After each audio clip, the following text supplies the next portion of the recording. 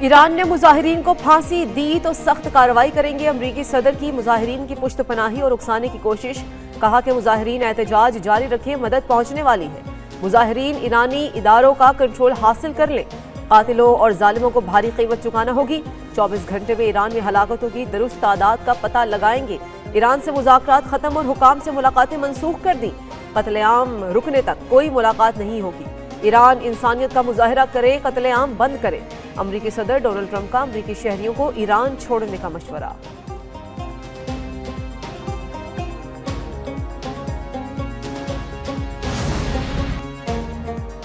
جنگ کے بادل مزید گہرے، امریکہ نے قطر میں نیا air and missile defence cell قائم کر دیا۔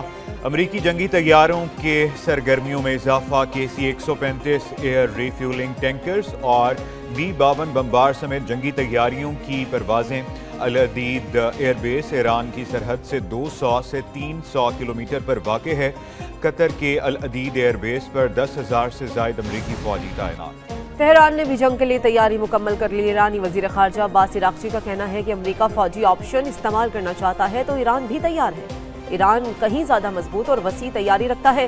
امید ہے دانشمندانہ راہ اختیار کی جائے گی۔ غزہ میں 70,000 شہادتوں پر خاموش رہنے والا جرمنی شرم کرے۔ جرمن چانسلر وینزویلا کے صدر کے اغوا پر مسلسل خاموش رہے۔ برلن انسانی حقوق کے لیکچر کے لیے سب سے بدترین مقام ہے۔ سربراہ ایرانی قومی سلامتی کونسل علی لاریجانی نے کہا کہ ٹرمپ اور نیتن یاہو ایرانی عوام کے قاتل ہیں۔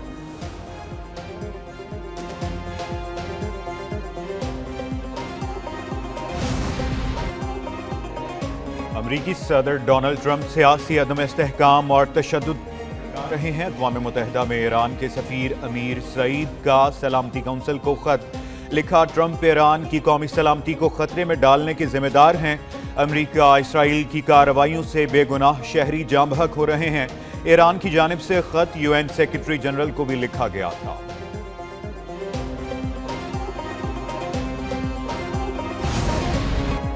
ایران میں پرتشدد مظاہروں کا سلسلہ تھم گیا۔ ملک میں انٹرنیشنل کال سروس بحال، ایران میں انٹرنیٹ سروس تاحال بند۔ امریکی انسانی حقوق تنظیم نے دعویٰ کیا ہے کہ ایران میں احتجاجی مظاہروں کے دوران اب تک 1850 مظاہرین ہلاک ہو چکے ہیں۔ ترجمان UN ہیومن رائٹس کا کہنا ہے کہ ایران میں پرتشدد واقعات میں مرنے والوں کی تعداد ہزاروں میں ہے۔ ان واقعات کو جلد از جلد روکنا حکومت کی ذمہ داری ہے۔ 2022 کے بعد ایران کو سب سے بڑے مظاہروں کا سامنا ہے۔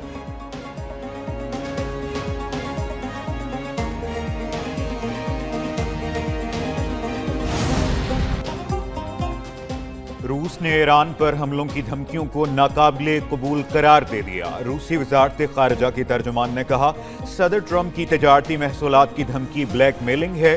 امریکہ ایران میں بدامنی کو بہانہ بنا کر دوبارہ حملہ نہ کرے۔ اس طرح کا اقدام مشرق وسطی میں تباہ کن نتائج کا باعث بنے گا۔ عالمی سلامتی کے لیے بھی خطرہ ہوگا۔ ایران میں مصنوعی طور پر بھڑکائے گئے احتجاج اب ماند پڑ رہے ہیں۔ امید ہے حالات بتدریج مستحکم ہو جائیں۔ صدر مملکت آصف علی زرداری کا 4 روزہ دورہ بحرین۔ صدر مملکت کی بحرین کے فرمانروا اور ولی عہد سے ملاقات متوقع۔ صدر مملکت اکنامک ڈیولپمنٹ بورڈ کے صدر دفتر میں استقبالیہ سے خطاب کریں گے۔ بحرین آمد پر صدر زرداری کا بحرین کے وزیر خارجہ سے بھی استقبال کیا جائے گا۔ بحرین کے سفیر محمد ابراہیم عبدالقادر اور پاکستانی سفیر ثاقب رؤف بھی موجود ہیں۔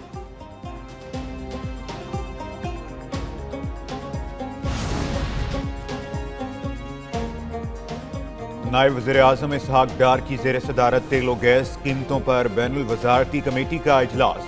اعلامیے کے مطابق اجلاس میں تیل و گیس کی موجودہ قیمتوں کے ڈھانچے کا تفصیلی جائزہ لیا گیا۔ پیٹرولیم پالیسی کے تحت قیمتوں کے فریم ورک اور اصلاحاتی آپشنز پر غور کیا گیا۔ قیمتوں میں بہتری اور پائیداری کے لیے مختلف طریقہ کار پر تبادلہ خیال۔ توانائی شعبے کی مجموعی کارکردگی بہتر بنانے پر اتفاق۔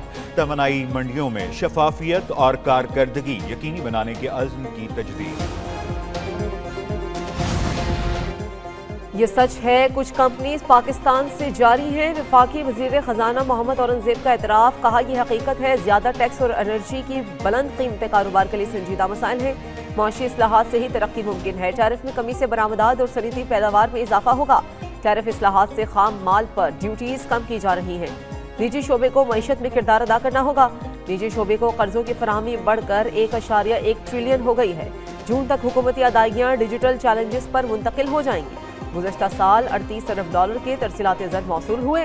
रवा साल तरसीलात ज़र 41 अरब डॉलर से तजावुज़ कर जाएंगी।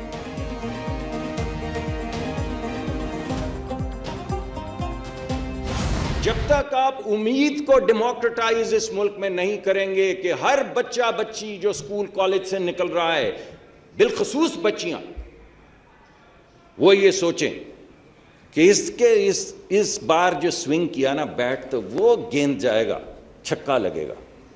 जब तक उनको ये उम्मीद नहीं देंगे ना, और उनको ये यकीन होगा कि अगर मिनिस्टर को नहीं जानते, अगर सेक्रेटरी को नहीं जानते, अगर सस्ती गैस नहीं मिल सकती, अगर सस्ती बिजली नहीं मिल सकती, अगर सस्ता कैपिटल नहीं मिल सकता, अगर रीबेट नहीं मिल सकता, तो मेरा कुछ नहीं मिल सकता। मुझे नौकरी दे दो यार, मगर ऐसी जिसमें कुछ 4 पैसे बचते हैं।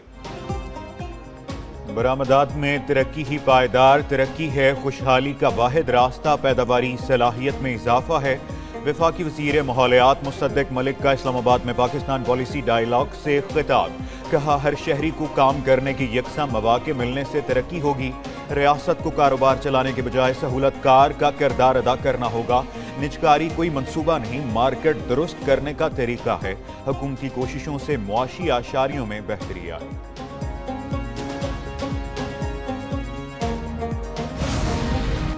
मौजूदा माली साल पाकिस्तान की मुआशी शरह नमू 3% रहने का इम्कान। आलमी बैंक की रिपोर्ट के मुताबिक हुकूमत ने मुआशी तरक्की का हदफ 4.2% मुकर्रर कर रखा है। आलमी बैंक ने GDP ग्रोथ के तखमीने में 0.1% कमी कर दी। सैलाब के बाद ज़रूरी बहाली से मईशत को सहारा मिलने की तवक्को। ग़ज़ाई अशिया की कीमतें कम होने से महंगाई में कमी आई। अमरीकी टैरिफ में इजाफे से पाकिस्तान की बरामदात मुतासिर हो सकती हैं। तरसीलात ज़र मामूल पर वापसी जाने से बैरून माली दबाव बढ़ने का भी खदशा है। निजी शोबे के लिए इस्लाहात से रोजगार और तरक्की में भी इजाफा मुमकिन है।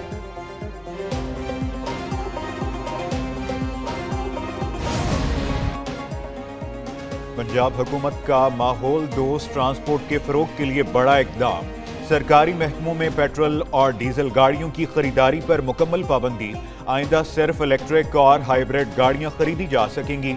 सूबे में नई इलेक्ट्रिक व्हीकल पॉलिसी जल्द मुतारिफ कराने का ऐलान। नए पेट्रोल पंप्स के लिए NOC इलेक्ट्रिक चार्जिंग यूनिट से मशरूत होगी।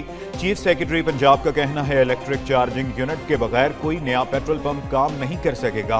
NOC हासिल करने वाले 170 नए पेट्रोल पंप्स पर इलेक्ट्रिक चार्जिंग यूनिट्स लाजमी करार। सूबे में नई इलेक्ट्रिक व्हीकल पॉलिसी जल्द मुतारिफ कराई जाए। मुल्क भर में शदीद सर्दी की लहर बरकरार। बालाई इलाकों में पारा नुक्ता जमात से भी कई दर्जे नीचे गिर गया। लेह -12, सकरदू -10, अस्तोर -8, गिलगित -7, हुंजा -6 और कल्लात में -5 डिग्री रिकॉर्ड किया गया। मरी -1, कोयटा और मुजफ्फराबाद में 0 रिकॉर्ड किया गया। इस्लामाबाद, पिशावर में 1, लाहौर और सक्खर में दर्जा हरारत 2 डिग्री रिकॉर्ड किया गया।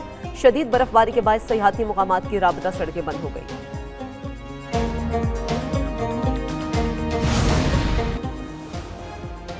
कराची से टैंकर्स और हाइड्रेंट्स के जरिए पानी की फराहमी खत्म करने का फैसला।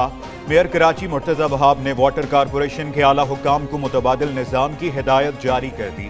कहा, वाटर हाइड्रेंट्स का कॉन्ट्रैक्ट गुज़श्ता साल खत्म हो चुका। नए कॉन्ट्रैक्ट्स जारी नहीं करेंगे, बल्कि शहरियों की टैंकर्स से जान छुड़ाएंगे। शहरियों को पानी उनकी दहलीज पर लाइनों के जरिए फराहम करने का बंदोबस्त किया जाए। कुछ परेशान है, हमें भी कल हम आटा लेने गए, हमें नहीं मिला। उन्होंने बोला पीछे से ब्लैक से आ रहा है, हम आपको नहीं दे सकते। आटा मिल ही नहीं रहा, कहीं से भी पीछे से नहीं आ रहा, वो कहते हैं। हम क्या कह सकते हैं, हमें खुद नहीं मिल रहा। इधर दुकानों से पता किया है, नहीं, वो कह रहे नहीं है आटा। कस्टमर आगे रोटी का कंप्लेन करते हैं, सस्ती करो, आटा महंगा है। दुकानों पर जाए तो अपनी मर्जी करते हैं और बहुत महंगाई हो गई है। हुकूमत से दरख्वास्त है कि आटा सस्ता किया जाए और थोड़ी महंगाई को सस्ता किया जाए। पंजाब में आटा और गंदम का नया बहरान। एक हफ्ते में आटे का 20 किलो का थैला 590 रुपए तक महंगा। 20 किलो थैले की कीमत 2800 रुपए तक पहुंच गई। चक्की के आटे की कीमत 130 से 140 रुपए फी किलो हो गई। गंदम की कीमत 3000 रुपए मन से 4600 रुपए मन तक जा पहुंची।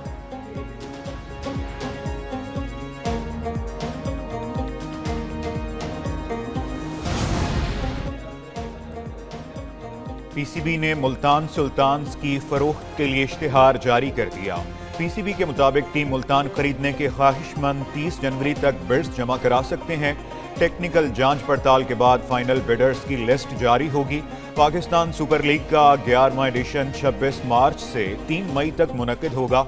इस बार PSL 11 में 8 टीमें होंगी, जिसमें हैदराबाद और सियालकोट की टीमें भी शामिल हैं। कम उम्र तरीन माइक्रोसॉफ्ट सर्टिफाइड प्रोफेशनल अरफा करीम रंधावा की 14वीं बरसी। अरफा करीम ने IT के शोबों में अपनी सलाहियतों से मुल्क का नाम रोशन किया। अरफा करीम को फातिमा जिन्ना गोल्ड मेडल, सलाम Pakistan youth award, pride of performance और दीगर एजाजात भी मिले। फैसलाबाद में पैदा होने वाली अरफा करीम सिर्फ 16 साल की उम्र में खालिक हकीकी से जा मिली।